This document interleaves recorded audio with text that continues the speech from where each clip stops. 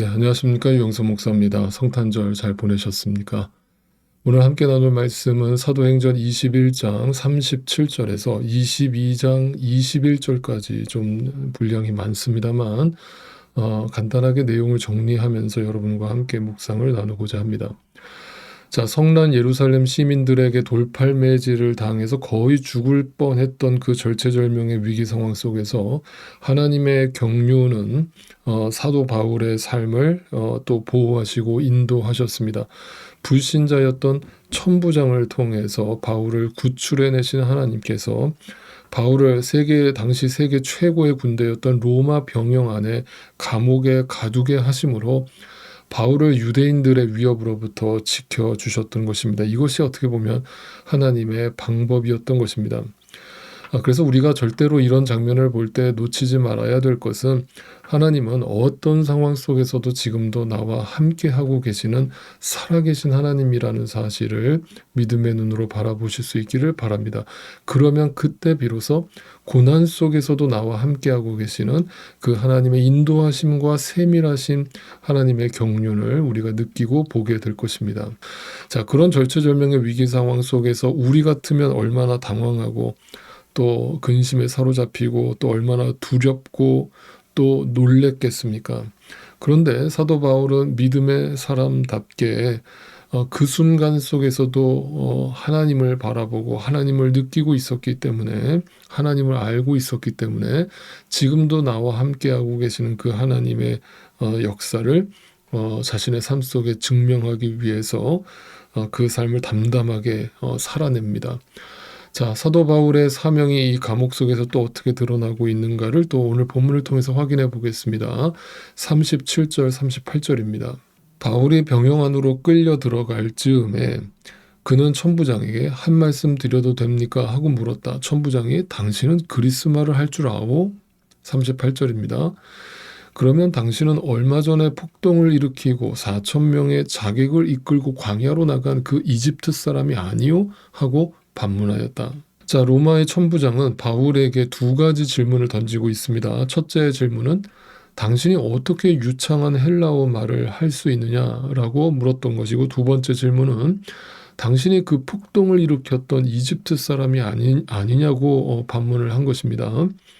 이게 무슨 말인가 하면 당시의 그 역사 기록을 살펴보면 AD 54년에 한 이집트인이 폭동을 일으키는데 쉽게 말하면 내란 선동이죠. 자신을 추종하게 만들어서 일종의 사이비 교주 역할을 하는 사람이 등장을 했습니다. 그래서 무려 그 이집트인 사이비 교주를 따르는 사람들이 수만 명이 됐는데 그는 그래서 많은 숫자와 버금가게 자신을 지키기 위한 자객 4,000명을 끌고 다녔습니다. 그래서 광야로 피신을 한 상태였습니다. 그래서 이 천부장은 예루살렘에서 소동이 일어났을 때 그 이집트 교주를 잡은 줄로 착각을 했던 것이죠. 자, 39절입니다. 바울이 대답하였다. 나는 길리기아의 다소 출신의 유대 사람으로 그 유명한 도시의 시민입니다. 자, 다소가 유명하다는 거죠. 저 사람들에게 내가 한마디 말을 할 수 있도록 허락해 주십시오. 자, 우선 바울이 태어나서 자랐던 고향은 다소라는 것을 우리가 잘 알고 있습니다. 그 다소가 왜 유명했는가? 당시에 다소는 문화, 경제, 교육적인 면에 있어서 번화한 대도시 중에 하나였습니다. 바울이 왜 그 도시를 언급했냐 하면 나는 나름대로 교육을 받고 자란 정상적인 사람이라는 것을 변호하기 위함이었습니다. 그러니까 다시 말하면 자신은 이집트 그 사이비 교주가 아니다라는 것을 이런 식으로 오해를 풀기 위해서 설명을 하고 있는 것이죠. 그러면서 백성들에게 내가 한마디만 말을 할 수 있도록 허락해달라고 정중하게 부탁을 하고 있습니다. 자신이 고난 중에 있고 절체절명의 위기 상황 속에 있지만 하나님이 지금도 나와 함께하고 계심을 분명히 믿었던 사도 바울은 그 순간에도 하나님의 일을 생각했던 것이었습니다. 40절입니다. 천부장이 그것을 허락했습니다. 바울은 층계에 서서 무리에게 손을 흔들어 조용하게 하였다. 잠잠해지자 바울은 히브리 말로 연설을 하였다. 자, 천부장이 바울의 요청을 받아들여 줬습니다. 그리고 여전히 바울을 향해 고함을 치고 있던 그 병영 밖에 수많은 유대인들에게 손짓을 해서 잠잠하게 한 뒤에 바울이 쉽게 말하면 설교를 시작하게 됩니다. 자, 그리고 바울은 그 유대인들 앞에서 유대인들의 언어로 유창하게 자신이 경험한 하나님을 간증하기 시작합니다. 그 내용이 이제 22장의 내용으로 채워져 있는 것입니다. 자, 22장으로 넘어가서 1절과 2절을 또 보겠습니다. 동포 여러분, 내가 이제 여러분에게 드리는 해명을 잘 들어주시기 바랍니다. 군중들은 바울이 히브리 말로 연설하는 것을 듣고 더욱더 조용해졌다. 바울은 말을 이어갔다. 3절부터 5절까지입니다. 나는 유대 사람입니다. 자신의 정체성을 분명히 밝히죠. 나는 길리기아의 다소에서 태어나서 이 도시 예루살렘에서 자랐고 가말리엘 선생의 문화에서 우리 조상의 율법의 엄격한 방식을 따라 교육을 받았습니다. 그래서 나는 오늘날 여러분 모두가 그러하신 것과 같이 하나님께 열성적인 사람이었습니다. 라고 과거형을 썼습니다. 4절입니다. 나는 이 도를 따르는 사람들, 이 도라는 것은 예수 그리스도를 믿는 사람들, 그 사람들을 박해하여 죽이기까지 하였고 남자든 여자든 가리지 않고 묶어서 감옥에 쳐넣었습니다. 5절, 내 말이 사실임을 대제사장과 모든 장로가 증언할 것입니다. 나는 그들에게서 다마스쿠스, 다메섹이죠. 다메섹에 있는 동포들에게 보내는 공문을 받아서 다메섹으로 길을 떠났습니다. 나는 거기에 있는 신도들까지 잡아서 예루살렘으로 끌어다가 처벌을 받게 하려고 했던 것입니다. 자, 사도 바울은 가장 먼저 자신이 유대인이라는 사실을 백성들한테 밝힌 후에 자신도 여러분처럼 하나님을 열심히 믿었다라는 것을 강조하고 있습니다. 이 말은 나도 여러분과 똑같은 존재였습니다라는 다른 표현인 것이죠. 그리고 자신도 지금 여러분이 하는 것처럼 예수 그리스도를 따르는 자들을 박해하고 심지어 죽이기까지 했다는 것을 고백하고 있습니다. 그리고 어느 정도로 그리스도인들을 혐오했었는지를 예루살렘에서 무려 213km나 떨어져 있는 다메섹에까지 가서 그리스도인들을 색출하기 위해서 떠났던 그 유대교의 최선봉에 섰던 사람이었음을 고백하고 있습니다. 자, 바울이 이렇게 말하는 의도를 잘 생각해 보시기 바랍니다. 바울은 그들에게 역설적으로 지금 질문을 던지고 있는 것입니다. 동포 여러분, 저도 여러분과 똑같이 살았습니다. 저 누구보다 율법적으로 열심히 살았던 사람입니다. 누구보다 하나님을 열심히 믿는다고 생각했던 사람이었습니다. 그리고 유대교가 최고의 진리라고 분명히 믿었기 때문에 그에 반하는 다른 진리를 외치는 그리스도인들을 혐오하여서 그들을 죽이기까지 열심을 냈던 사람이었습니다. 라고 말하고 있는 그 이유는 여러분, 그런데 그게 진리가 아니었습니다. 라는 것을 설명하려고 이 이야기를 하고 있는 것이죠. 여러분, 제가 감히 바울의 간증에 견줄 것은 전혀 못 되지만 이 진리의 길을 가는 사람들은 다 이 바울의 간증과 같은 공통적인 간증을 가지고 있다고 저는 확신합니다.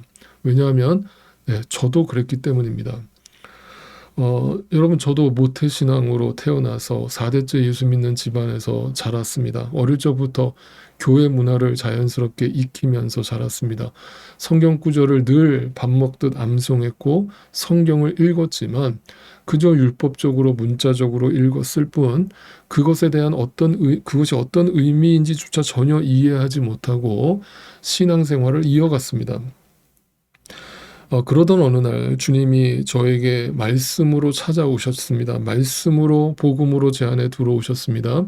그 진리의 빛으로 제 안에 들어오셨습니다. 그리고 그 성경 말씀을 풀어주셨습니다. 그리고 그 성경을 알 수 있는 기회를 허락해 주셨습니다. 그로 인해서 저의 모든 신앙생활이 그 당시에 송두리째 부정당하는 것 같은 감정을 경험했습니다. 왜냐하면 지금까지 누구보다 확실하게 하나님을 알고 예수 그리스도를 믿고 있다고 생각했던 저에게 성경을 알고 나니까 그것이 다 종교적인 생활, 네, 율법적인 생활에 지나지 않았다라는 것을 비로소 알게 된 겁니다. 진리 안에서 누리는 자유함이 없었던 것입니다. 그런 저를 하나님이 은혜로 그 진리의 말씀을 알려주시고 제 안에 믿어지게 해주셔서 오늘날 제가 지금 이 자리에 서 있게 된 것입니다. 여러분, 이것은 저뿐만 아니고 바울뿐만 아니고 하나님의 진리를 깨닫게 되고 믿어지게 된 모든 하나님의 백성들은 다 이와 같은 경험을 합니다. 어떤 경험입니까? 자신 안에 있던 위선과 가식의 틀이 붕괴되고 무너지는 것을 경험합니다. 자신이 뭔가 하고 있다라고 생각했었는데 사실상 나는 아무것도 할 수 없는 무지한 상태였으며 무능한 상태에 있었다라는 것을 비로소 깨닫게 된 것입니다. 내가 철저하게 하나님 앞에서 죄인이라는 사실을 깨닫게 된 것입니다. 바로 내가 위선자요, 내가 바로 거짓 교사였음을 깨닫게 된 것입니다. 바울이 다메섹 도상에서 정오의 햇빛보다 더 밝은 빛으로 임하신 주님을 만났을 때 그의 육신의 눈이 멀었던 이유도 바로 이와 같은 이유가 있었던 것입니다. 바울의 눈이 멀었던 것은 바울 안에 바울 자기 자신, 자기 자아로 가득 차 있는 자기 우상이 비늘 같은 것들로 자신의 눈을 가리고 있었음을 보여주는 장면입니다. 바울은 지금 유대인들에게 이 간증을 또 하면서 여러분, 저도 여러분과 같이 내 안에 그 우상이 가득한 것을 보지 못하고 내 눈에 수많은 비늘 같은 것들이 내 눈을 가려놓고 진리를 보지 못하게 그렇게 바보처럼 살아가고 있었습니다. 나는 참 바보처럼 살았습니다. 라는 것을 고백하고 있는 겁니다. 그 상태로 교회를 다녔고 그 상태로 열심히 봉사를 했고 그 상태로 열심히 성경을 봤으니 그 예배가 진짜 예배일 수 없었고 그 성경 묵상이 진짜 하나님의 말씀을 이해하고 믿게 된 것이 아니었음을 알게 된 것이고 그 봉사가 하나님이 기뻐하시는 봉사가 아니라 누군가에게 보이려고 나의 자랑과 나의 의의를 쌓기 위한 통로로 사용되어져 왔다는 것을 알게 된 것입니다. 여러분, 바울은 지금 유대인들에게 간곡한 마음으로 설교하고 있습니다. 이 본문을 읽으실 때 분명히 그 바울의 감정을 이입해서 다시 한 번만 읽어보십시오. 바울은 그냥 했던 얘기 또 하고 있는 게 아닙니다. 그 유대인들에게, 그 비늘 같은 것들로 눈이 가려져 있는 유대인들에게 여러분도 그 눈을 보게 되는 날이 오셔야 됩니다. 라는 것을 간곡하게 지금 하나님의 말씀을 외치고 있는 것입니다. 여러분, 지금 여러분이 믿는 거 진짜 믿는 거 아닙니다. 여러분 다시 보게 되어야 합니다. 여러분의 눈에 내가 만들어낸 이 세상의 거짓된 영이 만들어낸 그 비늘 같은 것들이 전부 벗겨져 나가야 됩니다. 그리고 바울처럼 다시 보게 되어야 한다는 것을 유대인들한테 선포하고 있는 것입니다. 바울이 그 비늘 같은 것들이 벗겨져서 아나니아가 안수하자 다시 보게 됐다라고 하는 이 표현이 등장하는데 다시 보다라고 하는 헬라어 단어는 정확하게 번역하면 위를 보다라는 뜻입니다. 비늘 같은 것들이 감춰져 있었던 사람은 그저 육신의 눈으로 육신의 것만을 바라보고 보이는 세상만 바라보면서 살아갑니다. 그러나 더 이상 믿음의 눈을 뜬 사람은 더 이상 이 세상의 눈에 보이는 것들에 붙들려 살아가는 인생이 아니라 위에 계신 주님을 바라보는 인생으로 다시 태어난 것입니다. 바울은 유대인들에게 아주 분명한 하나님의 뜻을 자신의 경험을 통해 간증하고 있는 것입니다. 바울은 지금 자신이 어떤 신비적인 방식으로 예수님을 체험했다는 수준의 간증을 하고 있는 것이 결코 아닙니다. 바울은 자신을 비롯해서 이 세상 어떤 인간도 인간의 노력과 선행과 열심으로는 하나님께 절대로 나아갈 수 없음을 설명하고 있는 것입니다. 전적으로 일방적으로 정오의 햇빛보다 더 밝은 진리의 빛, 사랑의 빛, 생명의 빛으로 오신 예수 그리스도의 은혜로만이 그가 주신 그 믿음으로만이 구원에 이르게 됨을 간증하고 있는 것입니다. 여러분, 그래서 또다시 말씀드립니다. 그래서 기독교는 종교가 아닌 것입니다. 종교일 수가 없는 것입니다. 성경 어디에도 종교적인 요소는 들어가 있지 않습니다. 저는 바울을 부르신 하나님께서 오늘도 저와 여러분을 부르셨다라고 믿습니다. 그렇다면 바울처럼 절체절명의 위기 상황 속에서도 여러분이 분명히 하셔야 할 일이 있다라는 사실 또한 여러분이 기억하실 수 있기를 바랍니다. 뭔가를 다시 본 사람들은 이 세상을 다른 방식으로 살아내기 때문입니다.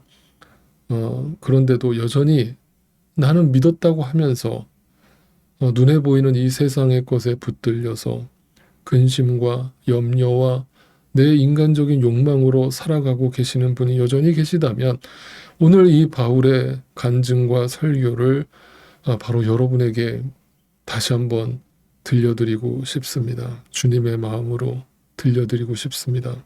여러분, 정말 주님을 만나고 그 진리의 빛을 본 사람, 눈을 뜬 사람은 절대로 그렇게 살아갈 수 없다라는 것을 분명히 기억하실 수 있기를 바랍니다.